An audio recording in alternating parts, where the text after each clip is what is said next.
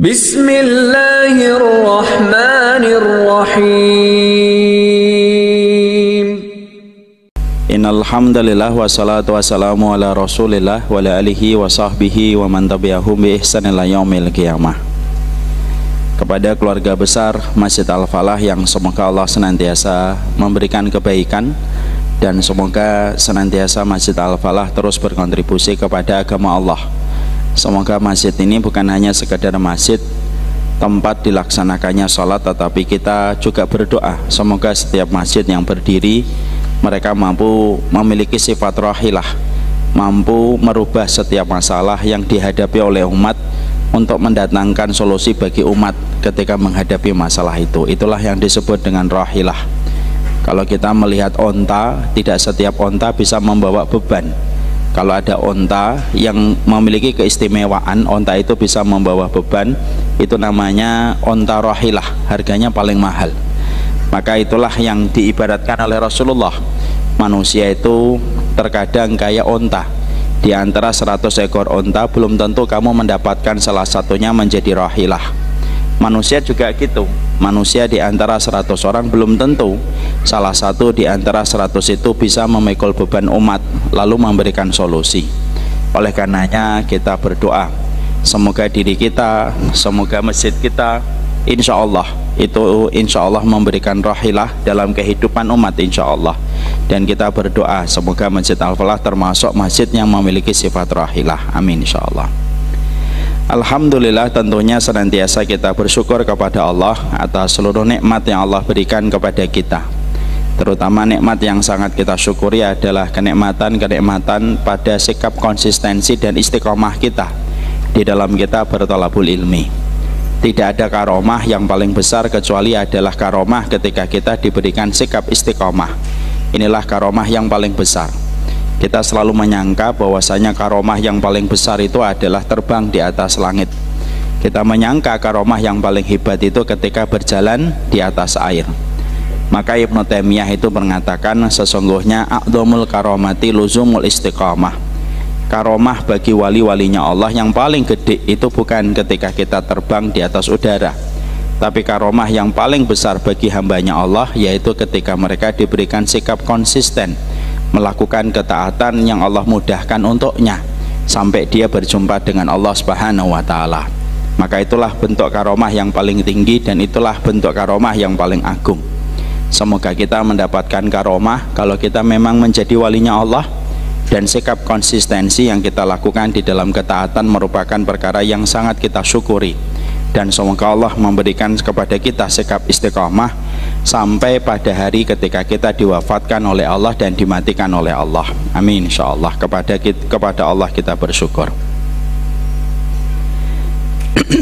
Kita pada kesempatan hari ini akan melanjutkan doa Rabbana yang ke-27. Mari kita buka bukunya. Bagi yang membawa buku silahkan dibuka pada halaman 258. Bagi yang tidak membawa bukunya silahkan dibuka Quran digitalnya yang ada di handphone, buka surat Al-Hasyr ayat yang ke-10. Allah menyampaikan kepada kita di dalam surat Al-Hasyr ayat yang ke-10. Lalu nanti kita bedah karena yang menjadi pembahasan kita ada pada surat Al-Hasyr ayat yang ke-10. Walladzina ja'u min ba'dihim yaquluna rabbana ighfir lana wa li ikhwanina alladzina sabaquna bil iman wala taj'al fi qulubina ghillan lil ladzina amanu innaka raufur rahim.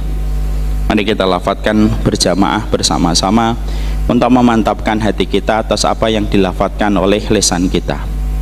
Walladzina ja'u min ba'dihim yaquluna rabbana ighfir lana wa li ikhwanina alladzina sabaquna bil iman wala taj'al fi qulubina ghillan lil ladzina amanu rabbana innaka raufur rahim. Ya, ini yang menjadi pembahasan kita, tapi yang paling kita akan soroti ada pada penutup ayat ini, Rabbana innaka raufur rahim. Kita bedah dulu secara artinya. Orang-orang yang beriman itu adalah orang-orang yang mereka senantiasa berdoa, ya Allah, ampunilah dosa-dosa kami dan dosa orang-orang sebelum kami dari kalangan muhajirin dan ansor. Orang yang beriman itu mendoakan para sahabat dari kalangan muhajirin dan ansor supaya mereka diampuni oleh Allah, karena mencintai para sahabat itu merupakan bagian dari keimanan. Makanya di dalam salah satu hadis dijelaskan, hubbul ansari min alamatil iman, mencintai orang ansor itu merupakan bagian dari tanda karakteristik keimanan. Jadi kalau ada seseorang mengaku dirinya sebagai seorang muslim tetapi dia mengkafirkan para sahabat, fix dia tidak termasuk pada kategori orang yang beriman, karena orang beriman tidak ada yang membenci para sahabat Nabi dari kalangan muhajirin dan ansor. Siapapun yang mencoba untuk mengkafirkan para sahabat, dia sedang berencana jahat dan pasti memiliki agenda tersembunyi untuk menghancurkan Islam. Karena sesungguhnya para sahabat itu merupakan kelompok yang pertama, ring pertama yang mendapatkan ajaran murni dari Rasulullah SAW, dan tidaklah kita bisa mengetahui ajaran yang benar dari apa yang diajarkan oleh baginda Nabi sampai kita beriman kepada Rasulullah dan beriman pula kepada para sahabat dan mencintai para sahabat. Jadi antara iman kepada Rasul dengan mencintai para sahabat itu merupakan dua perkara yang tidak bisa dipisahkan. Kenapa mencintai para sahabat merupakan bagian dari keimanan? Karena sesungguhnya apapun yang telah diimani para sahabat itu adalah apa yang mereka dapatkan dari baginda Nabi SAW. Makanya orang tidak akan sampai kepada ajaran Nabi, tidak akan sampai kepada ajaran Rasulullah sampai mereka mendengarkan apa yang telah disepakati dan apapun yang telah disampaikan para sahabat Nabi ketika para sahabat Nabi itu menjadi murid pertama Rasulullah SAW. Dan mereka adalah saksi mata yang pertama yang melihat bagaimana Quran diturunkan dan bagaimana hadis itu disampaikan. Jadi Bapak, Ibu, kalau melihat siapapun yang bicara lalu sudah menyampaikan bahwasanya sahabat itu ada yang kafir, sudah tidak perlu didengarkan kembali, karena referensi primer yang harusnya kita sepakati adalah mentakzim kepada para sahabat. Siapapun yang bicara, dimanapun dia menyampaikan, kalau dia sudah mengkafirkan sahabat fulan ini kafir, sahabat fulan ini murtad, sudah tutup telinga kita keluar. Karena apa? Tidak ada satupun kebaikan dari orang yang telah mengkafirkan para sahabat. Karena kalau orang sudah mengkafirkan sahabat, apa akibatnya? Pertanyaannya berikutnya adalah, kalau para sahabat kafir, murtad, siap, dari mana kita mengambil agama? Disitulah orang yang berencana jahat mengkafirkan para sahabat memiliki sebuah agenda yang tersembunyi. Makanya saya sampaikan sekali lagi, kesepakatan kita di dalam akidah Ahlussunnah wal Jamaah itu apa? Tidak ada satupun yang boleh mengkafirkan para sahabat. Kalau ada yang mengkafirkan, tinggalkan dengan cara yang baik kalau memang dia belum tahu. Tapi kalau dia memaksa, maka kita harus meninggalkan dengan cara yang tegas. Akidah itu yang disepakati oleh 4 madhab adalah salah satunya mengimani para sahabat ya. Jadi kalau ada yang mengatakan Utsman bin Affan KKN dan dia termasuk sahabat yang murtad, sudah nampak perbedaan antara kita dengan yang mengatakan semacam itu ya. Karena sekali lagi ya Bapak, sesungguhnya para sahabat itu saksi mata yang melihat bagaimana Rasulullah ketika menyampaikan ilmu dan bagaimana ketika Quran itu diturunkan. Kenapa kita harus mengambil pemahaman kita sebagaimana pemahaman para sahabat? Karena para sahabat yang melihat langsung dan mendengarkan langsung penjelasan setiap ayat dan hadis yang disampaikan oleh Rasulullah. Sebagaimana ketika polisi mengolah TKP, polisi kalau mengolah TKP dia tidak akan bertanya kepada saksi telinga, dia pasti akan mencari saksi mata yang melihat kejadian itu ketika terjadi. Siapa saksi matanya? Saksi matanya fulan. Saksi datang kepada saksi mata itu dan bertanya kronologis kejadian terjadinya tabrakan.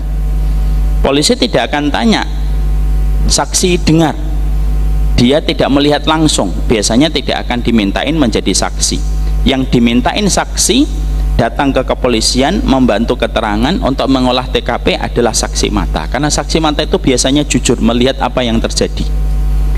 Kalau saksi dengar itu biasanya sudah berubah, ditambahi, dikurangi sesuai dengan apa yang dia ingat ya. Makanya Bapak kalau mendengar satu kecelakaan misalkan di Bekasi, tol Bekasi Barat, tapi Bapak mendengarnya dari orang ke-12, itu sudah berubah biasanya. Biasanya tabrakan aslinya itu tidak marah, tapi karena sudah berantai berita dan informasi itu disampaikan, sampai ke Ceger sudah berbeda. Tabrakannya beruntun di Bekasi Barat, yang mati ada 9, padahal tidak ada yang mati. Kenapa kok bisa bertambah? Karena setiap bertambahnya orang dari saksi dengar, kemungkinan ditambahi informasi itu menjadi besar dibandingkan orang yang melihat langsung. Jadi saya ingin sampaikan ini agak sedikit keluar dari materi. Kesepakatan di dalam akidah Ahlussunnah wal Jamaah, tidak ada yang mengkafirkan para sahabat. Titik, tidak ada koma ya, titik, tidak ada koma.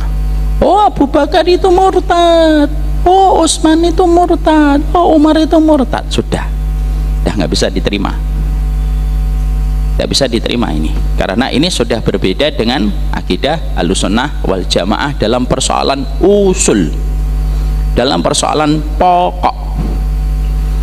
Kalau Abu Bakar sudah dikafirkan, terus ngambil agama dari siapa kita? Kalau Abu Bakar sudah dimurtadkan, Umar sudah dimurtadkan, terus ngambil agama dari siapa? Makanya sedih sekali kalau pembunuhnya Umar dianggap sebagai pahlawan oleh sebagian orang yang mengkafirkan para sahabat. Siapa pembunuh Umar bin Khattab radhiyallahu anhu? Abu Lu'lu'ah al-Majusi membunuh Umar bin Khattab. Tapi bagi kelompok yang menyimpang dan sesat, bukan sesat, yang sebenarnya sudah keluar dari Islam dalam fatwa beberapa para ulama, maka sesungguhnya mereka menempatkan Abu Lu'lu'ah al-Majusi itu justru menjadi pahlawan, padahal yang telah membunuh Umar bin Khattab radhiyallahu anhu. Jadi ini tolong disepakati dulu. Kesepakatan kita dalam persoalan para sahabat sepakat, tidak ada yang mengkafirkan, tidak ada yang menyesatkan. Dalam persoalan ijtihad fikih kita bisa berbeda. Persoalan Bapak menggerak-gerakkan, tidak menggerak-gerakkan, tidak ada masalah. Kita bisa jadi memiliki titik dalil yang berbeda di dalam menggerak-gerakkan dan tidak menggerak-gerakkan. Bapak menggerak-gerakkan silahkan, tidak menggerakkan silahkan. Yang tidak menggerakkan tidak usah repot melihat yang menggerak-gerakkan. Ustaz, saya tidak khusyuk melihat dia menggerak-gerakkan. Tidak usah dilihat Pak, lihat aja telunjuknya sendiri ya. Dalam persoalan kunut, Bapak kunut, teman Bapak tidak kunut, itu persoalan fikih ijtihad, tidak bisa dipaksakan, dan tidak bisa kita mengatakan bahwasanya orang yang kunut itu bid'ah lalu kita langsung menisbatkan ahlul bid'ah. Tidak bisa Pak, agama ini kalau ada orang melakukan satu bid'ah langsung serta-merta kita sebut dengan ahlul bid'ah dengan begitu mudah. Tidak bisa, aturannya bukan begitu. Yang dipelajari di dalam dhawabitut tafsiq dan dhawabitut tabdi'. Kaedah di dalam mengatakan fasik dan kaedah mengatakan bid'ah kepada orang itu tidak gampang. Kalau merasa kita belum pernah belajar, tahan diri, tahan lisan. Kalau tidak paham, kecuali mereka yang tidak mau dikasih tahu, ya sudah, tanggung jawabnya nanti di hadapan Allah. Kalau dalam persoalan-persoalan semacam itu, maka kita terjadi perbedaan. Tapi dalam persoalan mengimani para sahabat itu nomor satu, itu pokoknya, dan tidak ada perbedaan. Seluruh Ahlussunnah, walaupun terkadang dari kalangan-kalangan yang berbeda-beda latar belakangnya, tapi semuanya di dalam akidah Ahlussunnah wal Jamaah sepakat mencintai para sahabat itu merupakan bagian dari keimanan kepada Rasulullah Sallallahu Alaihi Wasallam. Jadi begitu. Jadi tidak ada ya Pak, habis ini ada yang mengatakan, oh Muawiyah itu KKN. Ustadz, itu masih mendingan. Ada yang lebih parah lagi, Abu Bakar murtad, Umar murtad, Utsman murtad. Yang tidak murtad Ali bin Abi Thalib. Bilal bin Rabah, dan segelintir para sahabat yang mereka yakini tidak murtad. Lainnya 120.000 para sahabat murtad. Ini bahaya sekali pemikiran ini. Kita kembali ke surat Al-Hasyr ayat yang ke-10. Orang yang beriman yaitu adalah mereka yang mengatakan diri mereka, ampuni kami. Jadi orang beriman itu selalu merasa dirinya berdosa. Mereka memohon kepada Allah, ampunilah kami ya Allah. Dan orang-orang beriman sebelum kami. Siapa orang-orang beriman sebelum kita? Para ahli tafsir menerangkan itu adalah kalangan para sahabat dari kalangan muhajirin dan ansor. Lalu dilanjutkan, Rabbana apa tadi? Walladzina ja'u min ba'dihim yaquluna rabbana ighfir lana wa li ikhwanina alladzina sabaquna bil iman wa la taj'al fi qulubina ghillal lil ladzina amanu. Janganlah engkau ya Allah menjadikan hati kami memiliki rasa ghil, benci kepada orang yang beriman. Sesungguhnya engkau maha penyantun lagi maha penyayang. Itu Pak, doanya yang kita selalu panjatkan. Ini sekaligus pula menerangkan kepada kita bahwasanya salah satu amalan terbaik bagi orang yang hidup yang ditujukan kepada orang yang mati, memintakan ampunan setiap waktu dan setiap saatnya. Kalaupun terjadi perbedaan Pak, orang setelah meninggal dunia, apakah ada hadiah mayit, bacaan Quran yang kita bacakan kepada mayit? Terjadi perbedaan para ulama, tapi para ulama sepakat memintakan ampunan kepada mayit adalah sesuatu yang diterima oleh semua madhab tanpa ada perbedaan. Saya sering ditanya, Ustadz, membacakan Quran untuk si mayit boleh atau tidak boleh, sampai atau tidak sampai? Terjadi perbedaan para ulama. Ini cukup panjang kalau kita bahas, ini pembahasan fikih. Tapi selalu saya sampaikan, akhi, masalah membacakan Quran yang dihadiahkan kepada mayit memang terjadi perbedaan para ulama. Tapi memintakan ampunan dari orang yang hidup kepada orang yang mati, seluruh madhab sepakat bahwasanya memintakan ampunan itu sampai kepada si mayit. Kadang-kadang daripada kita berdiri di antara titik khilaf yang begitu rumit, kadang-kadang keluar dari khilaf, keluar dari perbedaan pendapat itu lebih baik. Makanya saya selalu mengatakan, mintakanlah ampunan kepada si mayit, karena sesungguhnya ampunan itu dibutuhkan mayit. Makanya butuhnya kita kepada ampunan lebih panjang daripada butuhnya kita kepada tarikan nafas. Saya hidup, Pak Haiban hidup, kita membutuhkan nafas, iya, setiap menit, setiap detiknya kita membutuhkan nafas. Kebutuhan manusia kepada nafas itu lebih kecil daripada kebutuhan manusia kepada permintaan ampunan.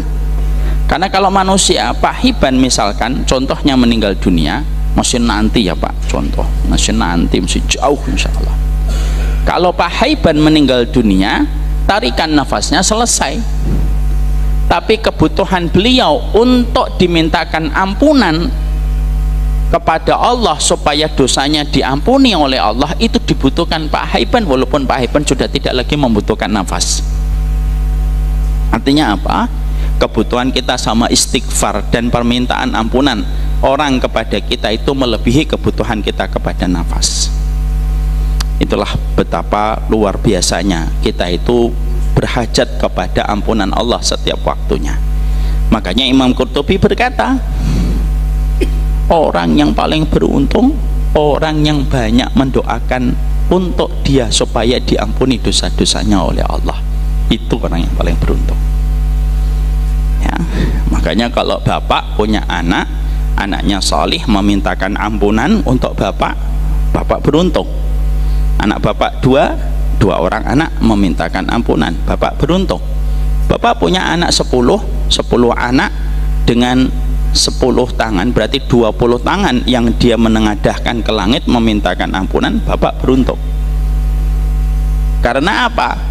Istighfarnya orang hidup kepada kita setelah meninggal dunia ibarat oksigen di dalam tanah, dan butuhnya kita kepada ampunan besar. Tetanggamu, teman-teman solihmu, teman-teman ngajimu yang terus mengingatmu, lalu dalam momen-momen tertentu mereka mendoakan Allahumma fillahu ketika majelis mereka saling mengingatkan untuk memintakan ampunan, itu merupakan sebuah keberuntungan besar, Pak. Sekali lagi, itu merupakan nafas kita di dalam tanah. Makanya kadang-kadang kita bersama circle terdekat kita itu harusnya kita saling mengingatkan, nanti kalau saya meninggal dunia, tolong ya jangan lupakan saya terlalu cepat, tolong tetap mintakan ampunan. Aku butuh sedekah waktumu 5 menit tok setiap pekan. Allahumma fillahu warhamhu wa'afihi wa'fu anhu. Dan itu boleh kita saling bertawasi di dalam muamalah kita bersama teman-teman dan sahabat kita. Boleh ada kisah tabi'ut tabi'in, mereka saling berkumpul dan mereka berkata, nanti kalau kita salah satu di antaranya meninggal lebih dulu, tolong ya jangan cepat melupakan siapa yang lebih dulu ke alam barzah, supaya yang hidup saling mengingatkan untuk memintakan ampunan, karena dia sudah tidak bisa meminta ampunan sendiri kecuali dimintain ampunan sama orang yang hidup. Sekali lagi Pak, istighfarnya orang hidup, terutama sama orang solih kepada orang yang mati, merupakan nafas dan udara, oksigen serta cahaya bagi orang di dalam kubur. Makanya itulah kenapa kita disuruh untuk selalu berbuat baik sama orang, supaya orang itu memintakan ampunan kepada kita setelah kita meninggal dunia. Maka disitulah kita mendapati wal ikhwanina alladzina sabaquna bil iman. Jangan remehkan permintaan ampunan kita yang hidup kepada orang yang meninggal dunia, walaupun tampaknya memang remeh di mata manusia, tapi dia begitu agung di sisi Allah, Pak. Doanya anak yang solih, doanya teman yang solih, doanya sahabat yang solih, itu melebihi kekuatan 5G ataupun 6G yang ada di telekomunikasi hari ini. 5G itu menyebabkan kita kalau nonton tidak ada buffering, seketika dari Indonesia ke Belanda langsung. Biasanya kalau koneksinya sudah cepat tidak ada buffering, itu 5G atau 6G. Tapi doa itu million G, doa itu jutaan koneksi, melebihi jutaan koneksi internet, di mana doanya orang hidup itu nyampe kepada orang yang meninggal dunia kalau dia menjadi orang-orang yang beriman. Makanya Pak, jaga teman-teman Bapak dan Ibu setidaknya 40, kalau nggak bisa 40 yang Bapak jaga, setidaknya 30. Kalau 30 yang tidak bisa Bapak jaga, 20. Kalau 20 tidak bisa Bapak jaga, 10. 10 tidak bisa Bapak jaga, 5. Yang kita saling mengingatkan, nanti kalau meninggal dunia yang terakhir terus mendoakan kita ya yang meninggal lebih dulu. Iya. Ini termasuk salah satu sunnahnya orang-orang solih terdahulu, ketika mereka saling berwasiat untuk saling memintakan ampunan ketika mereka tahu besarnya ampunan permintaan dari orang hidup kepada orang meninggal dunia. Ya, saling mengingatkan, kalau setiap malam Jumat nanti tolong ya mintain ampunan kepada saya. Kesepakatan boleh hari apa aja. Nanti kalau setiap hari Jumat, habis Jumatan, kolong ya 5 menit kamu doakan dan kita saling mendoakan. Boleh, tidak apa-apa. Itu termasuk salah satu wasiat kebaikan, dan itu merupakan cahaya serta udara bagi kita ketika sudah di alam barzah. Kita lanjutkan. Walladzina ja'u min ba'dihim yaquluna rabbana ighfir lana wa li ikhwanina alladzina sabaquna bil iman wa la taj'al fi qulubina ghillan lil ladzina amanu innaka ra'ufur rahim. Dan jangan engkau jadikan hati kami benci kepada orang yang beriman. Nah, Bapak harus tahu dulu, permintaan pertama apa tadi? Walladzina ja'u min ba'dihim yaquluna rabbana fir lana. Permintaan pertama di dalam surat Al-Hasyr apa? Ampunilah kami dan orang-orang sebelum kami. Lalu permintaan setelahnya, wala taj'al fi qulubina ghillal lil ladzina amanu. janganlah engkau menjadikan kami ya Allah memiliki penyakit benci kepada orang beriman. Mari kita mencoba mengambil munasabahnya dulu. Munasabah itu korelasi antara permintaan pertama, permintaan kedua, dan permintaan ketiga. Karena di dalam surat Al-Hasyr itu ada 3 permintaan. Permintaan yang pertama itu yaitu Rabbana fir lana, ampuni dosa-dosa kami. Permintaan yang kedua yaitu adalah dan ampunilah dosa orang sebelum kami dari para sahabat dan orang-orang yang kami kenal. Permintaan yang ketiga, janganlah engkau menjadikan hati kami benci kepada orang beriman.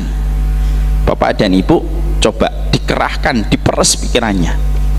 Kenapa setelah kita meminta ampunan untuk diri kita dan meminta ampunan kepada orang tua kita dan para sahabat terdahulu yang telah memiliki jasa menyebarkan Islam sampai kepada kita setelah baginda Nabi Shallallahu Alaihi Wasallam, permintaan yang terakhirnya itu adalah wala taj'al fi qulubina ghillan lil ladzina amanu.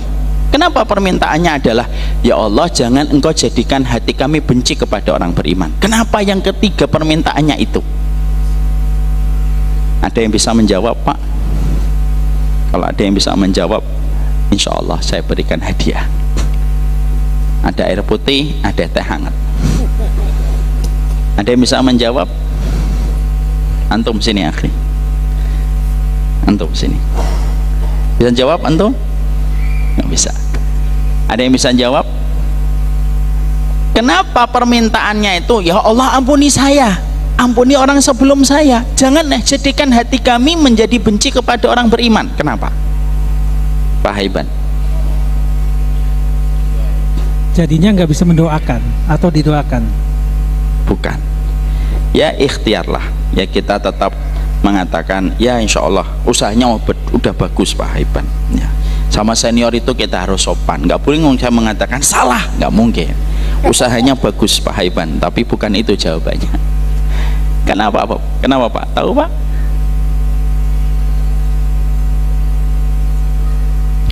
Persatuan, bukan. Siapa yang bisa menjawab? Mau istikharah dulu, saya tunggu 2 hari. Kenapa setelah kita memohon sama Allah, ya Allah ampuni saya, ampuni orang sebelum kami dari kalangan para sahabat, lalu kalimat setelahnya adalah jangan engkau jadikan hati kami benci sama orang beriman? Apa itu korelasinya? Mungkin nggak Allah meletakkan satu persatu permintaan dalam doa, tidak ada korelasi? Mungkin atau tidak mungkin? Aduh, malah bingung saya kayak gini. Mungkin nggak Allah meletakkan satu doa, ada beberapa permohonan di dalam satu doa, lalu tidak ada korelasi antara satu permintaan dengan permintaan? Ada atau mungkin atau tidak mungkin? Nggak mungkin. Allah meletakkan setiap kalimat selalu memiliki korelasi. Pasti ada korelasinya yang sangat kuat. Bahkan apapun yang ditutup dalam satu ayat pun ada korelasi pada penjelasan di awal ayat. Sekarang kita mencoba Pak menangkap korelasi. Kenapa permintaan yang pertama ampuni saya, ampuni para sahabat dan orang sebelum kami, jangan engkau jadikan hati kami benci kepada orang beriman? Apa korelasinya? Mau nyoba lagi Pak Haiban? Nggak apa-apa, saya ustadznya baik Pak.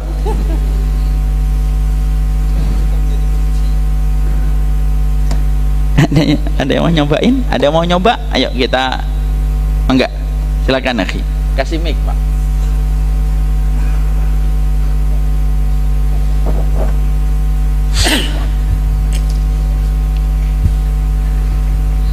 Assalamualaikum warahmatullahi wabarakatuh.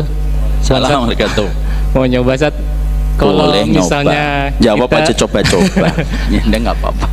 Kalau misalnya kita termasuk membenci orang beriman, berarti tandanya kita nggak beriman Sat. Jadi dengan caranya kita tidak membenci orang beriman, semoga kita jadi orang yang beriman Sat. Oke. Nice try. Usahanya bagus. Tapi bukan itu jawabannya. Maaf ya, saya pengen membenarkan tapi ilmunya belum nyampe di situ. Ada yang mau buka Google? Silakan buka Google. Nggak ketemu Pak. Jawabannya di kitab. Google nggak bisa menerjemahkan semua kitab. Ibu-ibu ada yang mau jawab? Nggak ada. Ya kita tunggu adzan Isya Pak. Saya jawab. Sudah siap? Mari kita buka pikiran kita termasuk saya. Kenapa ketika kita membaca di dalam surat Al-Hasyr ini doa yang sangat indah sampai Allah abadikan di dalam ayat dan suratnya? Kenapa setelah kita berdoa, ya Allah ampuni kami, ya Allah ampuni orang-orang sebelum kami, jangan jadikan hati kami itu benci kepada orang beriman, karena yang paling cepat membuat kita berdosa itu rasa benci kita sama orang mukmin. Itulah yang dinamakan ghil, Pak. Kenapa? Ghil itu paling cepat. Dosa yang paling cepat dilakukan manusia itu ghil. Oh, Bapak duduk di sini aja, ada orang di samping Bapak, kadang Bapak nggak cocok gitu. Apa sih ini? Itu sudah termasuk ghil. Makanya disebutkan setelah kita mohon ampun, lalu kita Rabbana wala taj'al fi qulubina ghillan lil ladzina amanu. Karena perasaan benci sama orang mukmin itu merupakan dosa yang paling jamak dilakukan manusia di mana-mana. Makanya permintaan setelah kita meminta diampuni oleh Allah Subhanahu wa taala, permintaan kita itu apa? Jangan jadikan hati kami itu memiliki rasa benci. Jadi yang menyebabkan dosanya banyak manusia di hadapan Allah itu apa? Hatinya kotor kalau ngeliat orang beriman.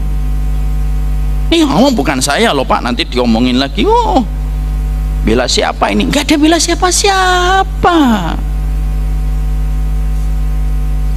Karena sesungguhnya dominasi penyakitnya manusia dikatakan oleh para ulama tafsir itu apa? Ghil. Apa bedanya ghil sama hasad, Ustaz? Nah, ini saya tanya lagi nih, bisa sampai jam 9 nih kalau tanya jawab gini. Ada ghil, ada hasad, Pak. Sama atau tidak sama? Siapa yang mengatakan sama, Pak? Angkat tangan. Yang mengatakan sama? Tidak ada. Yang mengatakan tidak sama, angkat tangan. Tidak sama. Apa tidak samanya? Jawab, tanggung jawab. Apa bedanya ghil sama hasad? Dengan hasad, ilmu ya, tidak boleh dengan nebak hawa nafsu. Hasad kan dengki. Hasad itu dengki. Tidak senang. Sebetulnya sama-sama tidak senang tuh, cuma berarti beda sama dong, Pak. Beda konteks. Beda konteks. Konteksnya apa, Pak? Dalam konteks kenegaraan atau konteks masyarakatan? Apa bedanya ghil dengan hasad? Yang Allah sebutkan di sini ghil atau hasad? Ghil. Mana yang lebih gede? Mana yang lebih umum? Hasad atau ghil? Nah, ini para ulama Darul Falah berbeda pendapat. Mana yang lebih besar, Pak? Yang lebih jamak terjadi sama manusia itu ghil atau hasad? Ghil. Ghil 01, Pak. Hasad 02. Hiket 03. Bercanda.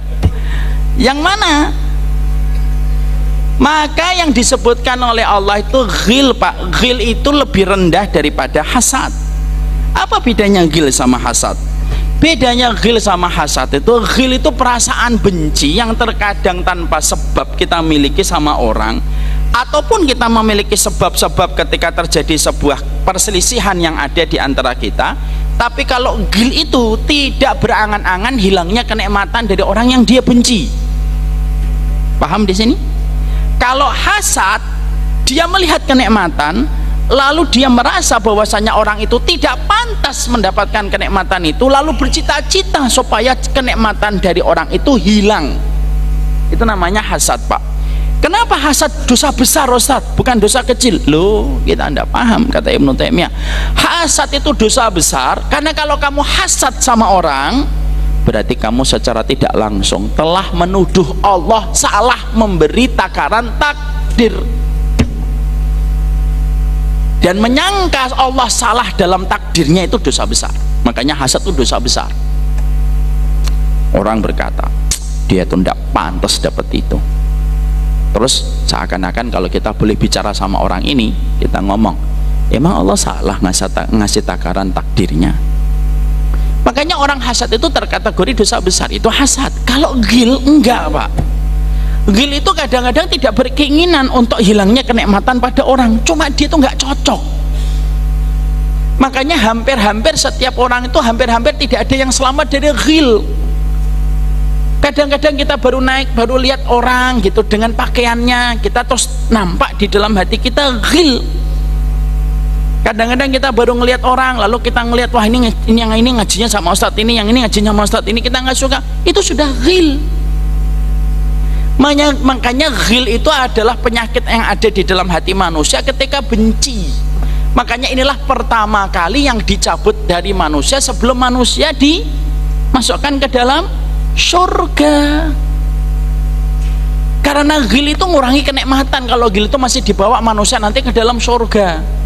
Makanya Allah cabut penduduk surga dari min ghillin. Ghilnya itu dicabut oleh Allah. Dan terkadang kita ini sering sekali ghil, sadar atau tidak sadar, Pak. Entah karena ada sebab atau kadang-kadang tidak punya sebab. Bapak kadang-kadang melihat orang baru kenalan sebentar, langsung Bapak mikir, orang ini tuh tidak jelas deh. Apa itu? Jelas. Padahal kita tidak kenal, belum ngobrol, belum tahu apa-apa tentang dia, udah nggak seneng aja pokoknya. Itu namanya ghil. Makanya akhirnya ghil itu karena banyak orang tidak menyadari, tanpa disadari penyakit ghil itu akhirnya menjadi dosa pertama biasanya. Jadi lembaran putih itu biasanya pertama kali kotorannya itu ghil. Pertama kali itu ghil dulu. Dan hampir-hampir dari kita itu tidak bisa, Pak, selamat dari ghil.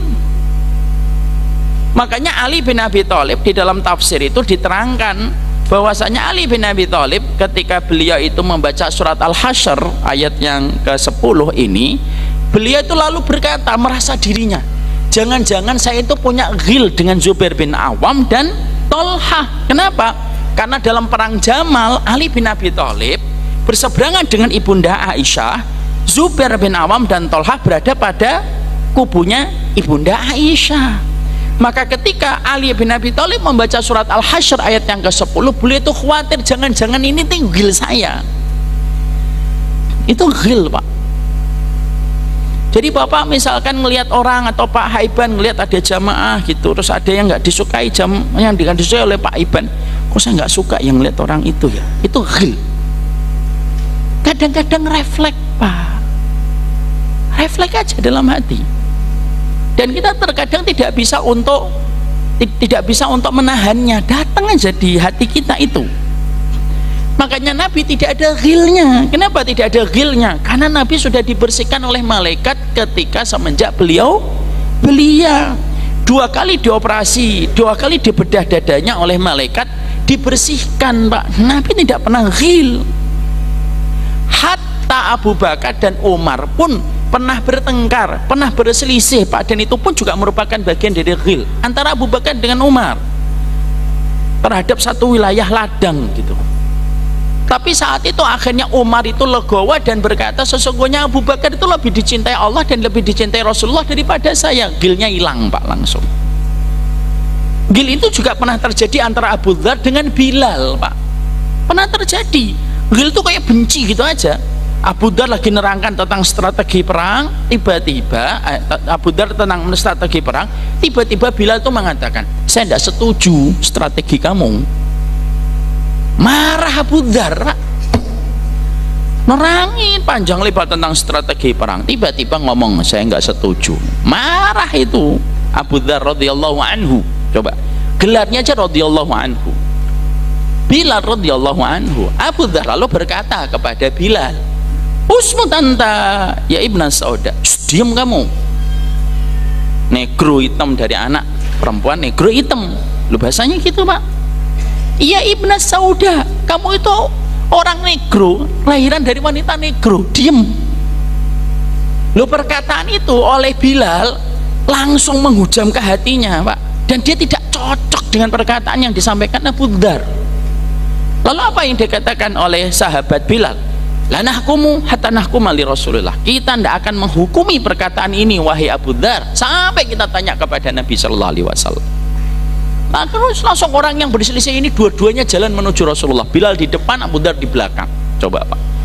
Orang lagi bertengkar, jalannya bareng-bareng menuju Rasul, Pak. Lalu langsung Bilal ngomong, ya Rasulullah, Abu Dzar nyebut saya sebagai orang negro dari wanita negro. Lalu Abu Dzar ditanya sama Nabi, apakah kamu mengucapkan itu wahai Abu Dzar? Iya ya Rasulullah. Langsung Nabi marah, Pak, innaka mru'un fika jahiliyah, kamu itu ada di dalam hatimu itu perkara jahiliyah. Itu Pak, namanya benci sama orang mukmin itu termasuk perkara jahiliyah. Innaka mru'un fika jahiliyah, kamu itu di dalam hadamu itu ada perkara jahiliyah wahai Abu Dzarrin. Maka akhirnya Abu Dzar itu menyesali apa yang telah diucapkan, nyusul Bilal, meletakkan pipinya di atas tanah sebelahnya dan pipi sebelahnya menghadap ke langit dan berkata, sembari dia mengatakan kepada Bilal ketika melangkah, injakkan kakimu ke pipiku untuk menebus perkataanku tadi. Para ulama mengampangkan itu termasuk bagian dari ghil yang terjadi, Pak. Maka akhirnya itulah yang kita harus mengerti. Kalau paling ringan itu ghil, Pak, kamu nggak suka itu sudah ghil. Kalau sudah ngomong itu namanya sudah menodai. Kalau kamu sudah bicara namanya sudah menghujat. Kalau ghil aja sudah bisa menjadi dosa ketika benci kepada orang yang beriman, itu sudah terkategori sebuah dosa. Dan itulah perkara pertama kali yang mengotori benihnya hati kita, itu ghil, Pak. Gimana dengan orang yang ngomong, gimana dengan orang yang menghujat, gimana dengan orang yang memvonis. Hati-hati, itu udah perkara ringan. Mau diajari untuk hati-hati kok malah marah-marah. Jadi itulah yang dinamakan dengan ghil. Kalau hasad beda. Hasad itu ngelihat seseorang dengan nikmatnya, lalu kita nggak suka dengan kenikmatan itu, lalu kita bercita-cita bagaimana mengenyahkan kenikmatan itu hilang dari orang tersebut, itu namanya hasad. Ya. Orang lebih banyak mana, ghil atau hasad? Coba, lebih banyak mana Bapak? Bapak ghil atau hasad? No, jujur itu ghil. Kita ini lebih banyak ghil. Makanya akhirnya doanya apa? Rabbana wala taj'al fi qulubina ghillan lil ladzina amanu. Siapa yang bisa menghilangkan ghil ini di dalam dada seorang mukmin? Yang bisa menghilangkan ghil di dada orang yang beriman itu hanya Allah. Dan tempaan orang tersebut ketika dia tahu, ketika dia paham bahwasanya ghil itu berpotensi kepada dosa. Gimana caranya Ustaz? Kalau tiba-tiba kita ngelihat orang tidak suka, pegang, diterapi. Jangan gitu, bisa jadi dia punya kemuliaan di sisi Allah yang tidak kita ketahui. Kita ngelihat ada orang nggak cocok dengan apa yang ini, Bapak kebiasaannya begini, tiba-tiba ketemuan orang tidak sesuai dengan kebiasaan yang kita lihat, ghil itu kita sudah bisa jadi dia punya sesuatu yang saya tidak miliki di hadapan Allah. Makanya di situ ada hasad, ada ghil. Kenapa disebutkan ampunan setelah itu permintaan pertama supaya hati kita tidak ghil? Karena ghil itulah yang paling banyak menodai hati manusia. Itu ghil itu yang paling ringan. Kalau sudah ngomong, kalau sudah bicara, kalau sudah menggunakan kata-kata yang tidak sepantasnya, itu lebih daripada ghil, dan itulah perkara yang paling merusak dalam kehidupan seorang mukmin. Nah, saya sampaikan apa yang ditulis oleh Imam Syaukani dalam kitabnya Nasrul Jauhar. Imam Syaukani ini termasuk ulama besar dan termasuk banyak mentaklif kitab tafsir. Ya, salah satu kitab tafsirnya Imam Syaukani itu Fathul Qadir. Imam Syaukani itu berkata begini, Pak. Kita akan menjumpai manusia, dia tidak mau minum khamar, dia tidak mau zina, dia tidak mau korupsi, dia tidak mau membunuh, dia tidak mau memegang kulit wanita yang bukan mahram. Tapi di saat yang sama dia akan membicarakan orang dengan gampang. Kata Imam Syaukani, saya ulang kembali perkataan beliau.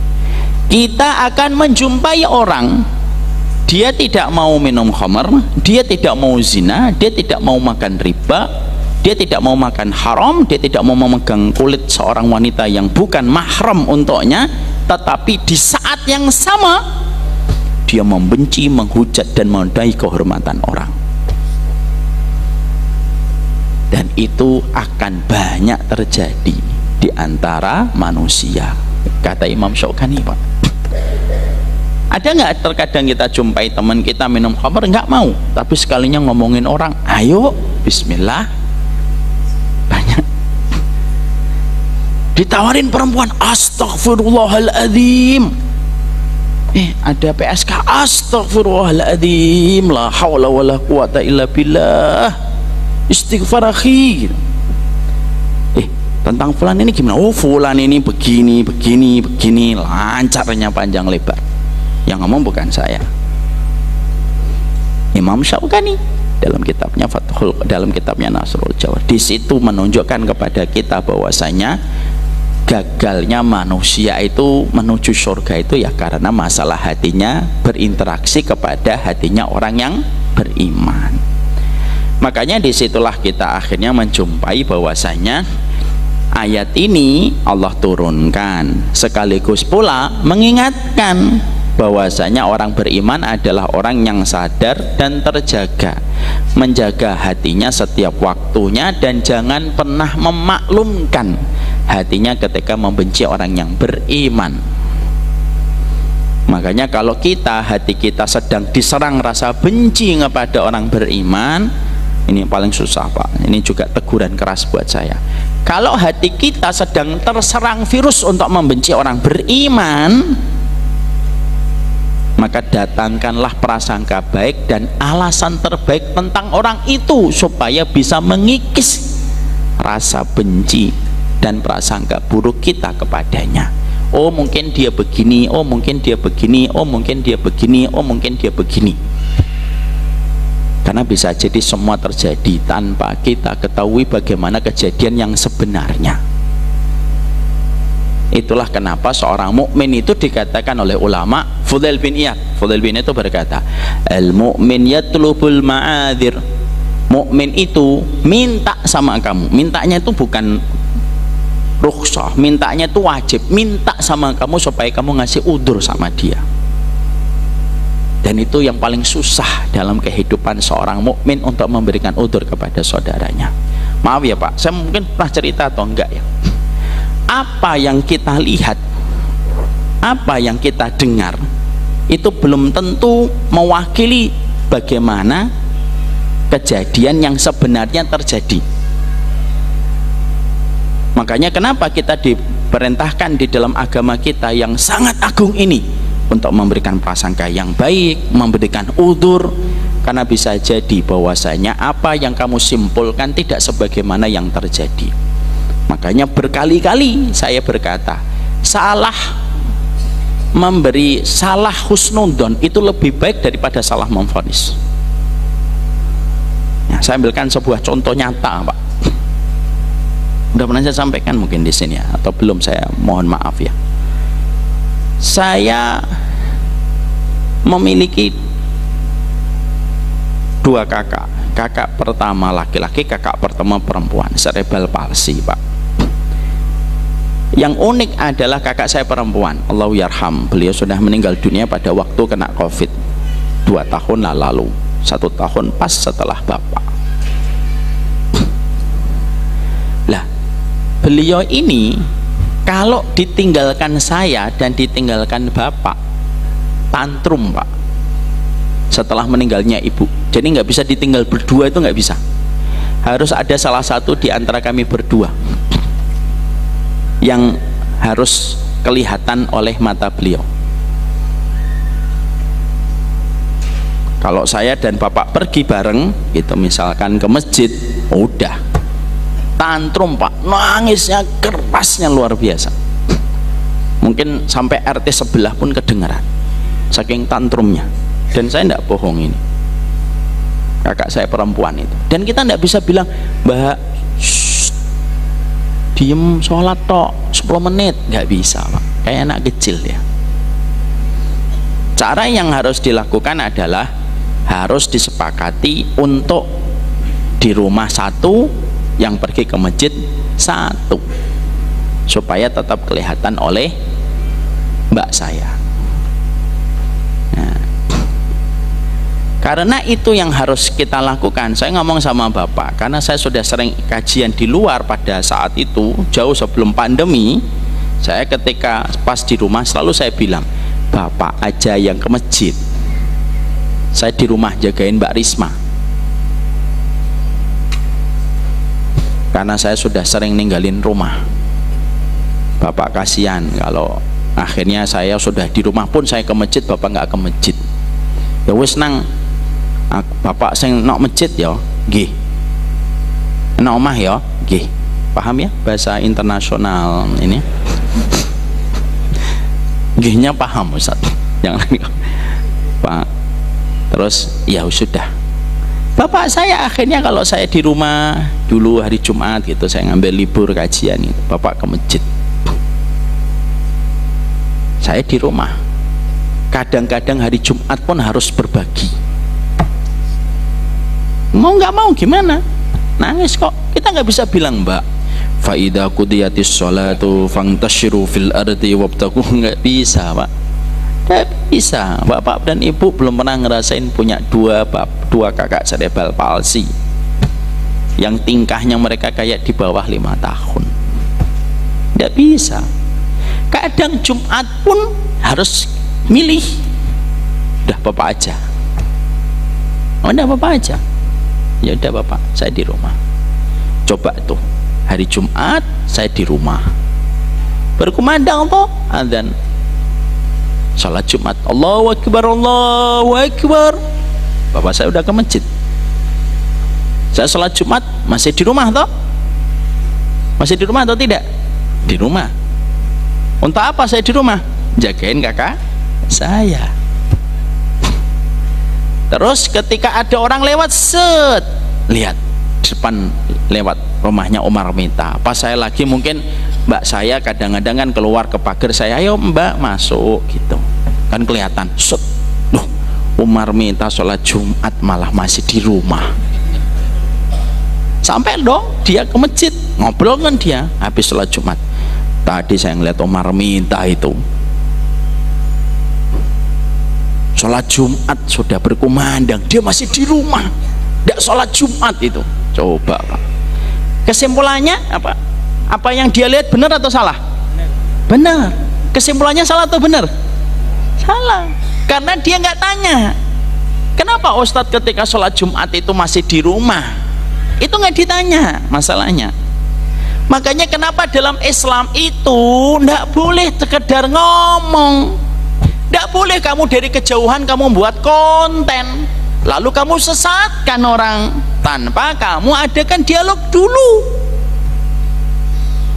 Karena itulah yang menjadi persoalan yang hari ini ruwet, yang menodai kehormatan dan akhirnya persaudaraan itu jadi ruwet. Kenapa? Karena orang-orang yang susah dikasih tahu tentang dhawabitu tafsik dan dhawabitu tabdi'. Akhirnya apa? Bukan hanya ghil, tapi sudah campur aduk kemana-mana. Ya, emang ada yang pernah ngomongin Ustadz nggak sholat Jumat? Mungkin ada, tapi juga nyampe ke saya kali. Tapi apa yang dia misalkan lihat itu benar, dan saya juga harus berupaya supaya saya tidak disuudonin. Saya juga harus berusaha. Misalkan sholat Jumat, saya nggak terus kemudian mentang-mentang nggak sholat Jumat, saya harus duduk di depan gitu. Silakan suudon sama saya, nggak bisa juga. Saya juga selalu akan tutup pintu ke dalam rumah, tapi kadang-kadang kakak saya itu buka pintu langsung keluar, yang mana saya harus masukinnya nggak langsung masuk mbak, langsung siap mas gitu, enggak, moh mbak melebet, mbak moh, nggak mau. Kadang-kadang harus dirayu dulu 3 menit, 5 menit, 10 menit baru dia mau masuk. Bah, pada waktu ngerayu itu ada nggak kelihatan orang? Ada. Makanya itulah kenapa di dalam ini kita dikasih tahu oleh Allah itu lembut banget. Wala taj'al fi qulubina ghillan lil ladzina amanu. Karena yang paling banyak menodai putihnya hati kita itu kita berinteraksi sama orang sering nyakitin. Makanya ajaran Nabi itu simple. Kalau diperes semua sunnah, simple. Jangan nyakitin orang. Wong kamu ndak nyakitin aja belum tentu masuk surga kok. Makanya kehidupan orang beriman itu simple dan bermakna. Kalau ngomong jangan nyakitin, kalau salah minta maaf, kalau bertindak jangan merugikan, kalau mengaji menata diri jangan menodai kehormatan orang. Simple, jaga 4 ini. Kita pun kalau jaga 4 ini belum tentu juga masuk surga kok. Apalagi kita nggak melakukan 4 ini. Ngomong nyakitin, kalau salah ndak mau minta maaf, kalau bertindak merugikan orang, kalau ngaji menodai kehormatan orang. Ya sudah, wong yang nggak melakukan itu aja belum tentu masuk surga. Jadi disitulah kita paham. Paham ya artinya ghil sama hasad, Pak? Paham, ghil dan hasad. Paham sekarang kenapa kalimat setelah Rabbana wala taj'al fi qulubina ghillan lil ladzi. Kita paham ya kenapa diletakkan setelah kita minta ampunan? Karena yang paling banyak itu adalah ghil. Bapak pernah ghil sama saya? Istighfar, Pak. Saya panggil sama Bapak, saya istighfar. Semoga Allah jaga kebersihan hati kita. Amin insyaallah. Kita lanjutkan. Setelah sholat isya itu baru poin yang pertama. Rabbana fir lana wa li ikhwanina alladziina sabaquna bil iman wa la taj'al fi qulubina ghillan lil ladziina amanu innaka raufur rahim. Amin. Assalamualaikum warahmatullahi wabarakatuh. Tes. Bismillahirrahmanirrahim. Kita lanjutkan sebentar. Assalamualaikum warahmatullahi wabarakatuh.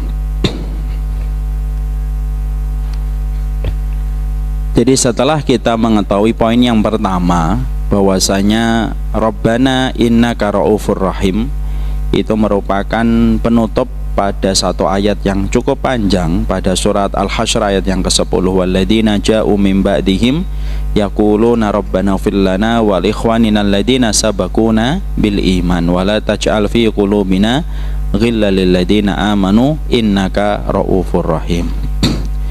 Kita akhirnya mengetahui tentang kenapa Allah meletakkan Rabbana wa la taj'al fi qulubina ghillan lil ladzina amanu setelah kita meminta ampunan kepada Allah.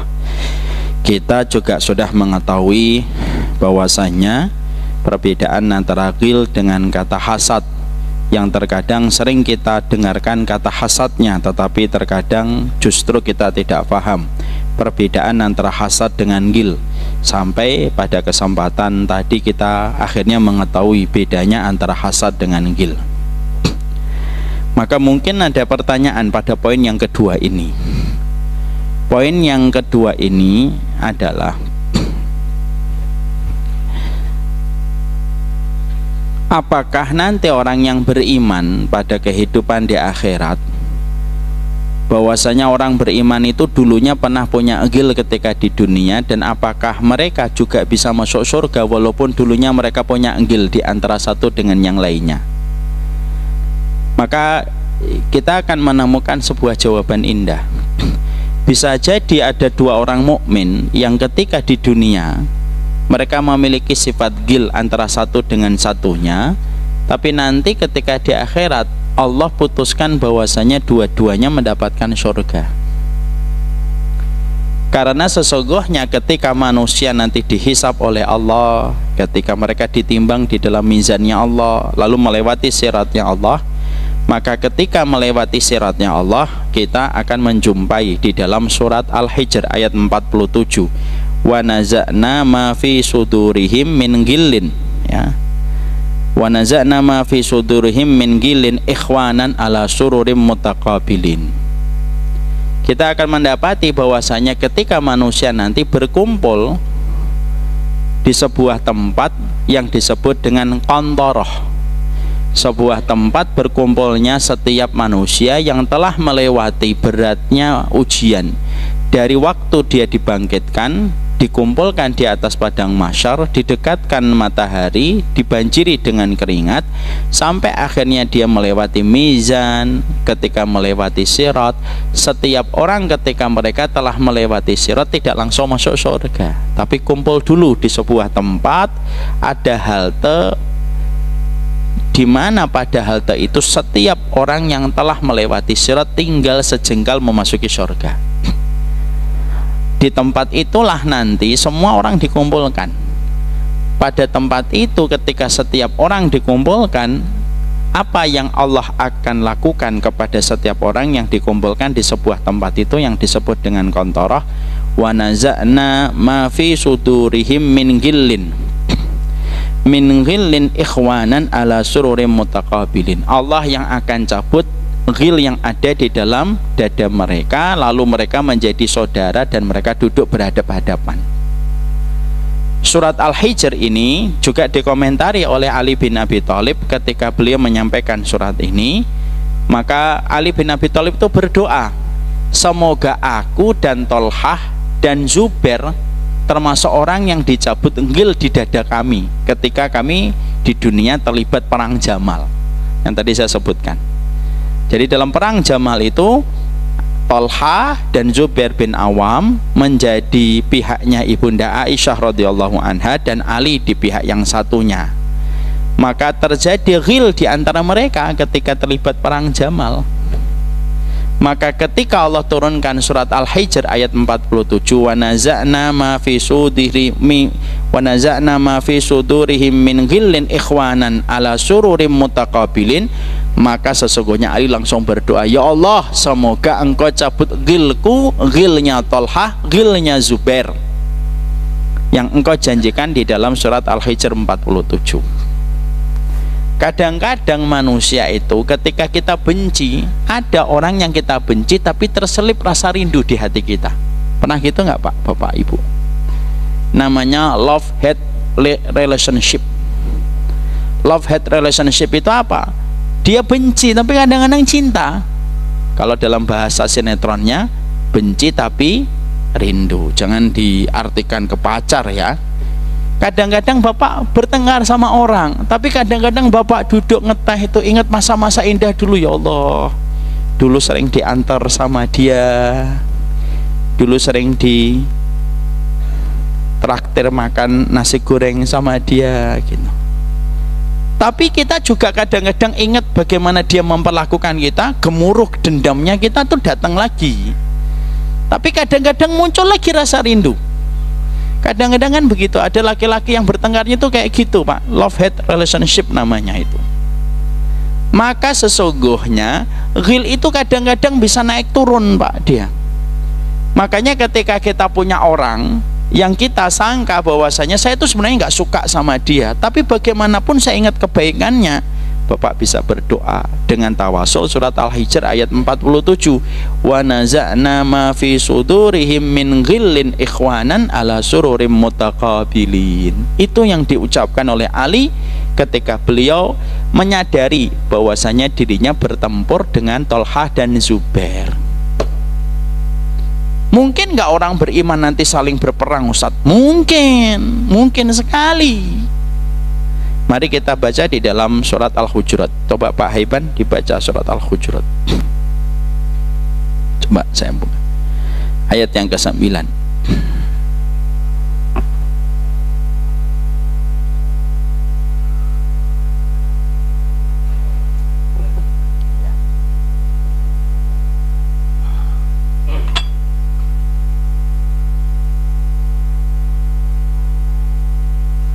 Jika ada dua kelompok dari orang-orang yang beriman saling berperang, maka damaikanlah wahai orang-orang yang beriman di antara keduanya dengan mengajak keduanya kepada hukum Allah untuk menyelesaikan pertikaian di antara keduanya. Ya, mari kita perhatikan. Antum perhatikan di situ Al-Hujurat, diperhatikan Pak Haiban. Di situ Allah menyampaikan wa in ta'ifatani minal mu'minina iqtatalu. Betul atau tidak? Kalau di situ ada dua kelompok orang yang beriman yang saling berperang, antum kalau tadabbur dan membaca tafsirnya bil ma'tsur dalam ayat ini, antum dapati dua-duanya itu masih disifati oleh Allah dengan kata beriman. Allah tidak mengatakan yang satu beriman, yang satu murtad. Enggak. Allah masih mensifati wa in ta'ifatani minal mu'minina qatatalu. Kalau kamu mendapati dua kelompok orang beriman itu saling berperang. Karena kadang-kadang ghil itu bisa menjadi dendam dan akhirnya menyebabkan sesuatu yang paling ekstrim, yaitu adalah terjadinya peperangan, walaupun itu merupakan suatu dosa yang besar. Tapi di situ kita mendapatkan ada orang-orang yang nanti orang solih pun bisa punya ghil. Jadi tidak ada manusia itu yang bersih dari ghil, enggak. Wong sampai orang ngelewatin sirat itu juga masih ada ghil kok. Makanya akhirnya wa naza'na ma fi sudurihim min ghillin ikhwana ala sururim mutaqabilin. Allah yang cabut. Kapan dicabutnya? Sebelum manusia masuk surga. Jadi sebelum manusia itu masuk surga, karena surga itu tidak pantas di dalamnya ada kotoran walaupun setetes, dicabut itu ghil di dalam dada setiap orang yang akan memasuki surga. Dan itu dicabutnya kapan, Ustaz? Ketika baru dibangkitkan? Bukan. Ketika dihisab? Bukan. Ketika ngelewatin sirat? Bukan. Kapan? Ketika manusia sudah melewati sirat, tinggal sejengkal memasuki surga, di depannya sudah surga, kengerian sirat sudah dilewati, yang menegangkan itu sudah dilewatkan, disitulah ghilnya dicabut. Berarti ada nggak orang solih yang juga punya ghil? Ada. Bukan berarti nanti kita menganggap remeh. Kamu punya ghil ya? Lah, penduduk surga aja punya ghil kok. Jangan gitu. Tapi ghil itu memang ada, karena susahnya hati kita untuk mampu menjaga setiap waktunya dari ghil itu tidak bisa setiap waktu 24 jam. Ini dalam konteks bukan untuk membenarkan. Dan bisa jadi ada dua orang mukmin yang juga mereka itu saling berperang, tapi dua-duanya masih disifati oleh Allah sebagai orang yang beriman. Bukan berarti nanti membenarkan peperangan antara mukmin dengan mukmin, enggak. Tapi yang kita lihat itu adalah orang mukmin dengan orang mukmin itu bisa berperang, dan dua-duanya disifati oleh Allah dengan kata beriman. Ya. Makanya ketika kita ditanya mensifati, bagaimana kita melihat apa yang pernah menimpa antara sahabat Ali dengan sahabat Muawiyah, perang. Maka kita mensifatinya dengan dengan dua. Tilka ummatun qad khalat laha ma kasabat wa lakum ma kasabatum. Itu umat yang telah lalu, bagi mereka apa yang mereka usahakan, bagi kalian apa yang kalian usahakan. Yang kedua, maka sesungguhnya peperangan antara sahabat Muawiyah dengan sahabat Ali yang dua-duanya punya kedudukan agung di sisi Allah dan sisi Rasulullah, cara melihatnya bagaimana? Simple. Itu ijtihadnya Ali dan ijtihadnya Muawiyah. Kalau sudah ijtihad, maka kalau salah mendapatkan satu pahala, kalau benar mendapatkan dua pahala. Sudah selesai di situ. Maka itu yang menjadikan kita akhirnya memahami ghil itu selalu ada, kecuali orang yang betul-betul menjaga dirinya setiap waktu dan betul-betul dirahmati oleh Allah. Tapi itu pun tidak bisa memastikan bahwasanya kita akan selamat dari penyakit ghil pada kehidupan hati kita. Karena dosa yang paling sering mengotori permukaan hati kita itu dosa ghil dan kebencian yang ada. Kakak ipar dengan adik ipar, menantu dengan mertua, itu ghil itu sebenarnya. Itu ghil. Bisa jadi pengurus dengan pengurus, ghil. Karena begitu setan itu terus berupaya gitu. Dia terus berupaya supaya ghil itu tumbuh di hati setiap orang. Ya, itu selalu ada kita jumpai. Ya, menantu dengan mertua kan sama-sama mereka mencintai orang yang sama. Kenapa kok mereka saling benci gitu? Ghil yang masuk itu ghil. Kakak ipar dengan adik ipar, sepupu dengan sepupu, ghil. Tetangga kadang itu juga karena ghil, bukan karena hasad. Ada yang banyak karena hasad, ada pula yang karena ghil. Kakak adik ghil, pengurus-pengurus komunitas kadang-kadang pecah di tengah jalan, ghil, benci dia merespon kebencian itu dari luar dan akhirnya membenarkan prasangka itu menjadi sebuah kebencian. Maka itulah yang dinamakan ghil. Ada unsur setan Ustaz dalam ghil? Ya, ada unsur setan. Makanya kita mendapatkan apa yang dikatakan oleh Rasulullah di dalam sabdanya ketika mengomentari setan. Inna syaitana qad ya'isa ayyabuduhul musalluna fi jaziratil Arab walakin fi tahrishi bainahum. Sesungguhnya setan itu sudah berputus asa untuk menjadikan patung kembali disembah di Jazirah Arab. Tapi setan tidak pernah berputus asa untuk menjadikan hati setiap orang itu memiliki sifat tahrish. Apa itu tahrish? Semangat memusuhi di antara sesama hamba-hambanya Allah. Itu yang disebut dengan tahrish. Jadi kalau Lata, Hubal ini nama-nama berhala yang hidup yang pada waktu sebelum Rasulullah berdakwah itu namanya kan Lata, Uzza, Hubal. Maka setan itu sudah putus asa, tidak mungkin lagi Lata dan Uzza itu disembah di Mekah, itu tidak mungkin. Lata dan Uzza itu diletakkan di Ka'bah, nonsen, mustahil itu. Dan setan sudah berputus asa untuk mengembalikan patung-patung itu di Mekah dan Madinah. Tapi setan tidak berputus asa untuk menjadikan dua hati itu saling bermusuhan. Itulah setan, Pak. Dan itu dimulai dengan kata ghil. Setan itulah yang menjadikan kita saling membenci dan mendendam. Ya. Jadi Masya Allah, bukan berarti akhirnya nanti kalau tadi saya sampaikan surat Al-Hujurat ayat yang ke-9, dua orang mukmin itu saling mereka berperang, nanti bukan berarti kita membenarkan kalau kita ikut-ikutan perang di antara sesama mukmin. Tidak boleh, Pak. Kalau sudah berhadapan dengan muslim, patahkan pedangmu, patahkan tombakmu. Jangan pernah kamu mengusungkan pedang kepada orang yang bersyahadat kepada Allah dan Rasul. Kan begitu kata Rasulullah kaedahnya kalau di zaman fitnah. Kalau kamu di zaman fitnah, kamu berhadapan dengan muslim, patahkan pedangmu, patahkan itu tombakmu, sudah, selamat itu. Paling selamat begitu. Jangan malah mencari dalil untuk terus menyerang kaum muslimin. Yang namanya dalil mah bisa dicari sesuai dengan kemauan orang yang mencari.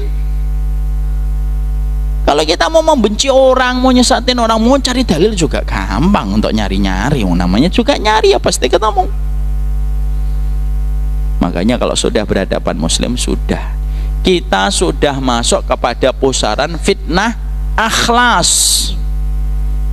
Fitnah itu kan ada tiga, sudah saya sampaikan. Fitnah akhlas, fitnah sarra, fitnah duhaima. Baru dajjal yang muncul. Di 4 ini. Fitnah itu pertama apa? Fitnah yang pertama, fitnah itu akhlas. Fitnah itu akhlas itu apa? Pertikaian, pertentangan di antara sesama muslim.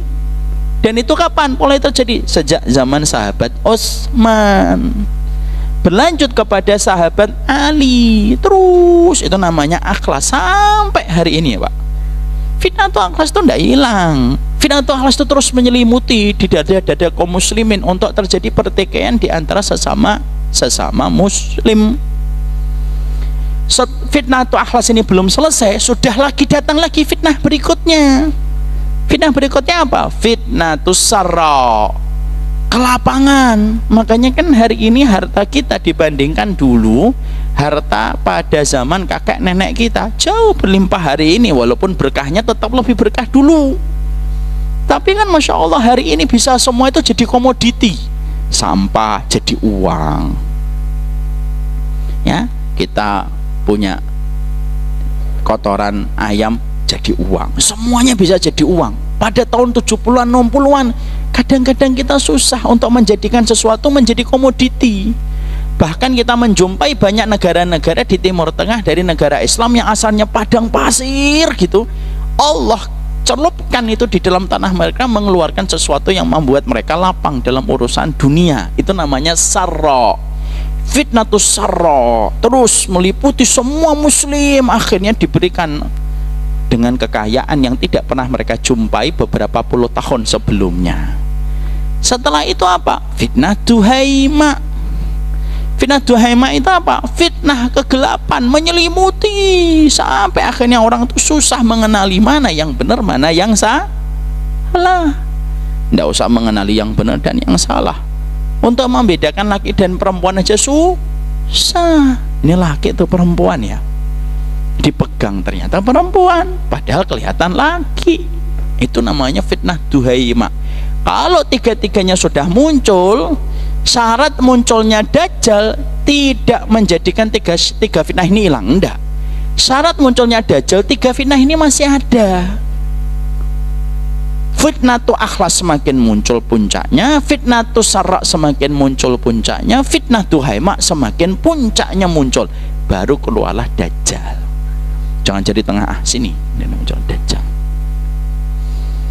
Nah, Dajjal muncul, akhlasnya pertengkaran, saroknya luar biasa, dua imaknya merata di mana-mana. Dajjal muncul. Makanya kita tidak boleh ketika sudah mendapati bahwasanya fitnah tu akhlas itu adalah fitnah perpecahan yang menimpa kepada kaum muslimin, jangan nambah-nambahi perpecahan di antara kaum muslimin. Siapa yang paling mengambil keuntungan, Pak, kalau kita saling bertengkar, Pak? Yang mengambil keuntungan itu orang-orang yang benci sama Islam. Kamu jujur mau menerima tidak mau menerima, mau untuk dengar atau enggak dengar, tapi kenyataan yang terjadi begitu. Ada sebuah kisah nyata ini, Pak. Saya tutup ya tentang ghil sama hasad. Saya tutup dengan sebuah kisah. Terjadi peperangan sekitar awal abad pertama Islam antara kerajaan Romawi Timur dengan pasukan kaum muslimin. Tidak selesai, Pak. Dan Romawi Timur itu sudah mulai kewalahan menghadapi kaum muslimin. Hampir mereka kalah. Tiba-tiba mereka dimenangkan dengan angin yang bertiup yang memihak kepada mereka. Apa angin yang bertiup itu? Tiba-tiba kaum muslimin yang sedang menghadapi Eropa Timur, Kaisar Timur ini, Kaisar Romawi Timur ini, tiba-tiba ada perselisihan, membesar. Akhirnya gesekannya luar biasa. Kaum muslimin pada saat itu terbagi menjadi dua kelompok yang mereka saling bertikai hebat. Nanti dicek di sejarah sejarah Romawi Timur. Ketika kaum musliminnya lagi bertengkar dan bertikai dan suasananya itu panas di antara kaum muslimin, para pemuka militer datang kepada Kaisar Romawi Timur. Singkat ceritanya mereka berkata, "Kaisar, saatnya menyerang. Total seluruh pasukan kita menyerang kaum muslimin ketika mereka sedang bertikai dan mereka sedang bertengkar hebat. Karena mereka turun kekuatan mereka untuk bertengkar sesama mereka."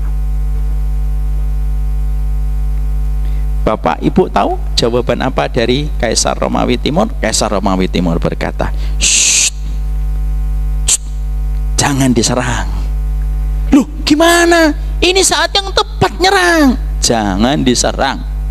Loh, gimana sih ini? Kita bertempur berbulan-bulan kok. Ini saatnya mengambil keuntungan di antara kesempitan ketika mereka sedang bertikai.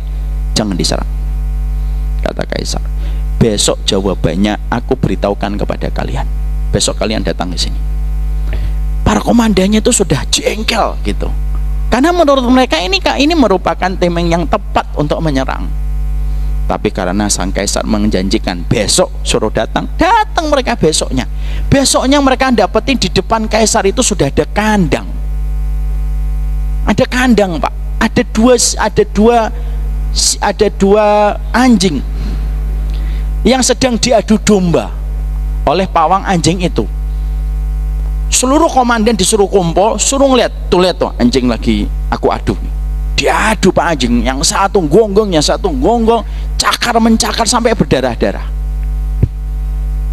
Lalu sang Kaisar Romawi Timur berkata, "Udah ngeliat kalian itu bertengkar?" "Iya, sudah Kaisar." Belum selesai pertunjukan. Dia ngomong, masukkan itu serigala, masukkan ke kandang itu. Langsung yang disuruh oleh sang Kaisar, masukkan serigala, Pak. Serigala dimasukkan, tutup, cekrek. Dua anjing yang asalnya bertengkar hebat ini, Pak, berhenti bertengkar gara-gara ngelihat ancaman baru, Pak. Ancamannya apa? Serigala.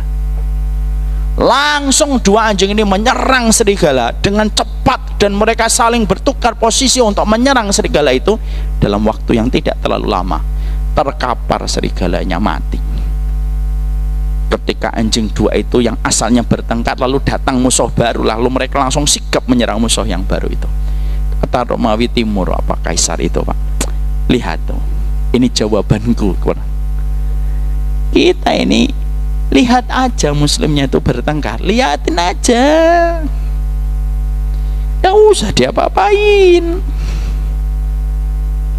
Kalau kamu nyerang mereka ketika mereka sedang bertengkar, itu sama, kamu itu kayak serigala masuk di dalam kandang ketika dua anjing lagi bertengkar. Yang asalnya mereka terkuras untuk menghadapi sebagian mereka dengan sebagian mereka, kamu datang, mereka mengarahkan potensinya dan energinya kepada kamu.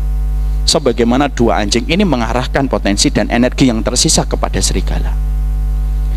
Itu sudah 1300 tahun yang lalu, Pak. Kaisar Timur itu sudah baca kayak gitu, Pak. Loh, kok ada orang ngajak rukun kok dibilang sesat, itu gimana sih? Kok ada orang ngajak sesat dibilang macam-macam tuh gimana hari ini? Orang ngajak rukun di antara orang beriman loh. Saya tidak ngajak rukun sama orang-orang yang ini, saya ngajak rukun orang yang sama-sama beriman. Oh, sama orang yang nggak beriman aja kita rukun kok harusnya.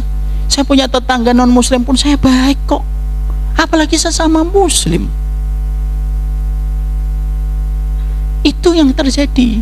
Jadi akhirnya tadi kita mendapati bahwasanya wala taj'al fi qulubina ghillan lil ladzina amanu. Kalau betul-betul muslim itu mampu menghilangkan ghilnya, mampu menghilangkan hasadnya, lalu mereka mau dialog dengan dialog yang sehat, tidak diikuti dengan emosi dan fanatisme, ada masalah kok. Tapi kalau akhirnya kita ngelihat pertengkaran gitu terus, antum setiap buka YouTube bertengkar, fulan ini ngomentari fulan, fulan ini reaksi fulan, siapa yang senang? Yang senang yang buat konten, Pak. Wong dia dapat duit, dia pasang AdSense, potong video ini dapat AdSense dia. Tapi yang rugi siapa? Yang rugi semua orang mukmin yang hatinya pengen untuk bersaudara dengan orang mukmin yang lain. Yang rugi siapa? Anak-anak muda akhirnya tidak mau melihat apa itu agama, bertengkar terus. Ya, orang politik bertengkar sama dengan orang yang ngaji, bertengkar terus ya. Akhirnya pekerjaan kita, dakwah kita semakin berat ke depan. Bukan berarti kita membenarkan yang salah, tapi memastikan bahwasanya apa yang kamu sampaikan itu salah dan benar itu disampaikan dengan cara hujah yang kuat dan menghormati hujah yang lain lah. Jadi begitu. Paham? Poin 1 dan 2, Pak? Paham insyaallah.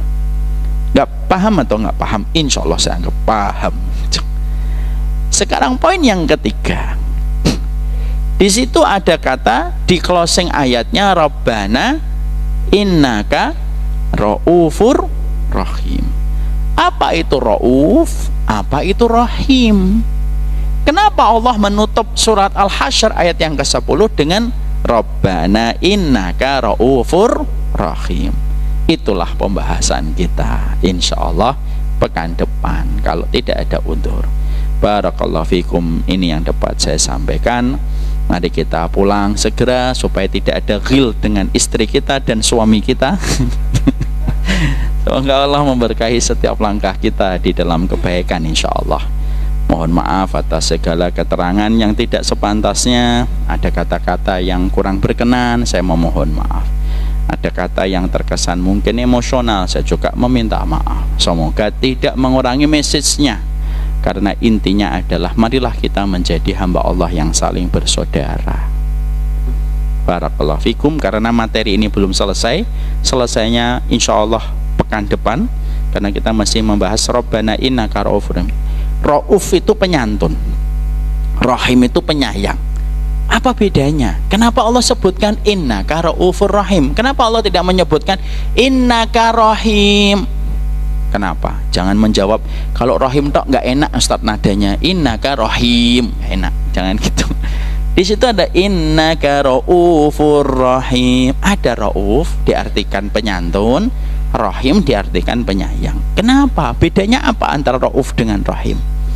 Kenapa harus ditutup dengan ayat itu? Apa konsekuensi ketika kita mengimani innaka Ra'ufur Rahim? Nah, saksikan insyaallah pada jam dan waktu yang kurang lebih sama pekan depan bersama dengan saya tanpa ada iklan dari awal sampai akhirnya. Barakallahu fikum wa sallallahu ala nabiyina Muhammad. Ini yang dapat saya sampaikan. Subhanakallahumma wa bihamdika asyhadu an la ilaha illa anta astaghfiruka wa atubu ilaik. Pertanyaannya nanti kita simpen, kita tanyakan tepat pada waktu kita sudah membahas selesai ayat ini. Saya serahkan kembali ke Pak Haiban.